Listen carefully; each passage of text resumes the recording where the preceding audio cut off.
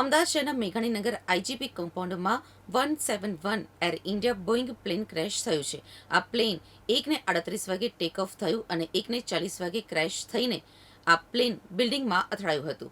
આ પ્લેનમાં 200 જેટલા પેસેન્જરો અને કાર્ગો પણ હતું.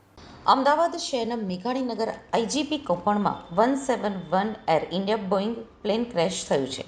આ પ્લેન 1:38 વાગે ટેક ઓફ થયું અને 1:40 વાગે ક્રેશ થઈને આ પ્લેન બિલ્ડિંગમાં અથડાયું હતું.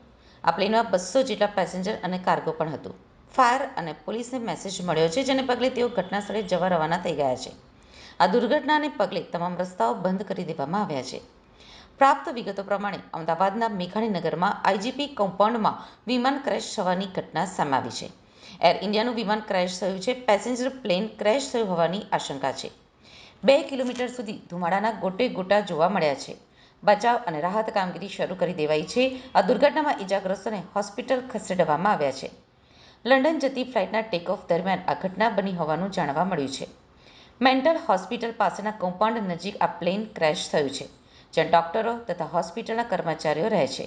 તેમજ પ્લેન ક્રેશ થતાં જ્યાં લોકોની અવરજવર હતી ત્યાં જ તેના પાંખડા પડતા તે લોકો પણ દબાઈ ગયા હતા, જેમાંથી કેટલાકના મોત પણ થયા હોવાની શક્યતા છે.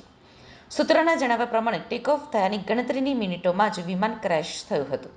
આ ઘટનાની સ્થળની આસપાસના રસ્તા પણ બંધ કરી દેવાયા છે. વિમાનમાં 242 મુસાફરો હોવાનું જાણવા મળ્યું છે.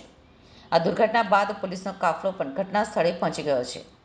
1:10 ક્રેશ થયાની 10 જ મિનિટમાં વિમાન ક્રેશ થયું હોવાનું સૂત્રો જણાવી રહ્યા છે. આ ઘટનામાં ઇજાગ્રસ્ત થયેલા મુસાફરોને સારવાર માટે તાત્કાલિક હોસ્પિટલ ખસેડવામાં આવ્યા છે. અમદાવાદની સિવિલ હોસ્પિટલમાં દોડધામ મચી ગઈ છે. પૂર્વ શિક્ષણ મંત્રી ભૂપેન્દ્રસિંહ ચુડાસમાએ વિજય રૂપાણી અંગે સમાચાર સાંભળી ખેદ વ્યક્ત કર્યો છે. તેમણે કહ્યું કે પાડોશી તરીકે અમારે અવારનવાર વાતચીત થતી રહેતી હોય છે. 2 દિવસ અગાઉ જ લંડન જવા અંગેની વાત થઈ હતી. પરિવારના સભ્યો સિવિલ હોસ્પિટલ પહોંચી રહ્યા છે. અમદાવાદ વિમાન દુર્ઘટનામાં મુસાફરોની વિગત સામે આવી.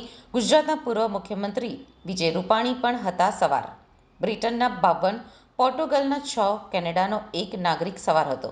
અને તમામ મુસાફર ભારતીય નાગરિક હોવાનું સામે આવ્યું છે. અમદાવાદમાં થયેલા ગમખ્વાર પ્લેન ક્રેશ અકસ્માતમાં ગુજરાતના પૂર્વ મુખ્યમંત્રી વિજય રૂપાણી પણ ઘાયલોમાં સામેલ છે.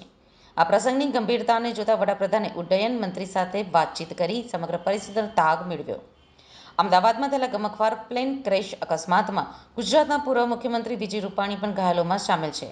આ પ્રસંગની ગંભીરતાને જોતા વડાપ્રધાન મોદી અને કેન્દ્રીય ગૃહમંત્રી અમિત શાહ અમદાવાદ આવવા રવાના થઈ ગયા છે.